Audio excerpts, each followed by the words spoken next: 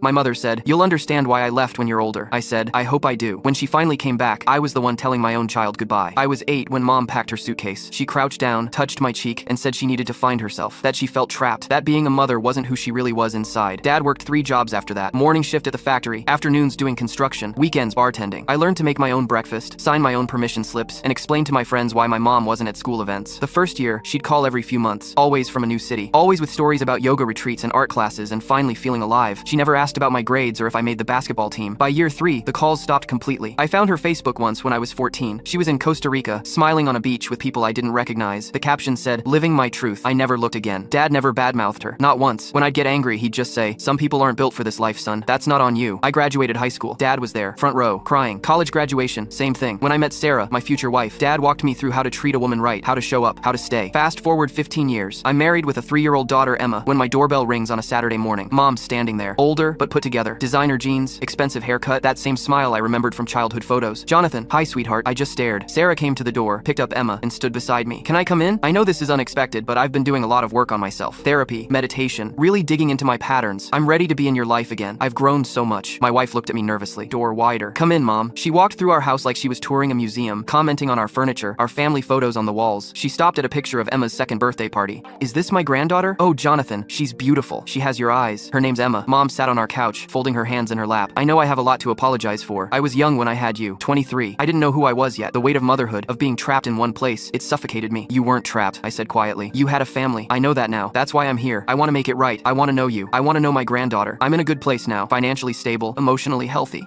I even bought a house 2 towns over. I can be the mother I should have been, the grandmother Emma deserves." Sarah squeezed my hand. "That's great, Mom. I'm genuinely happy you found yourself." She smiled, relieved. "So we can start over? I know it'll take time, but I'm committed. I'm not going anywhere this time. I'm sure you believe that." Her smile faltered. "What does that mean?" "It means I spent 15 years understanding why you left, and I did understand, eventually. You chose yourself over me, every single day. Every missed birthday, every school play, every moment I needed a mom and got silence instead. Jonathan, I was sick. I was depressed. I couldn't be what you needed. You were on a beach in Costa Rica posting about living your truth, while Dad worked himself into exhaustion, making sure I had food and a roof. That's not fair." "You're right, it's not fair. None of it was fair." I stood up, Emma squirming to get down from Sarah's arms. "There's something you should meet first." I brought my daughter into the room, held her hand as she looked shyly at the stranger on our couch. Mom's eyes lit up. "Emma." "Hi, sweetheart. I'm your grandmother. I know we haven't met before, but I'm here now and I want to." "You won't be anything to her," I said quietly. Her face fell. Her face fell. "What? See? I spent 15 years understanding why you left, and I did understand. You chose yourself over me, every single day. You taught me exactly what not to do, but I'm different now. I want to make it right. Please, Jonathan, I'm begging you." I shook my head. "I'm different too, Mom. I'm the father who stays, the one who shows up, the one who doesn't need to find himself because he never abandoned his responsibilities in the first place." I walked to the door and opened it. "Thanks for the lesson, Mom. You taught me exactly the kind of parent I'd never become."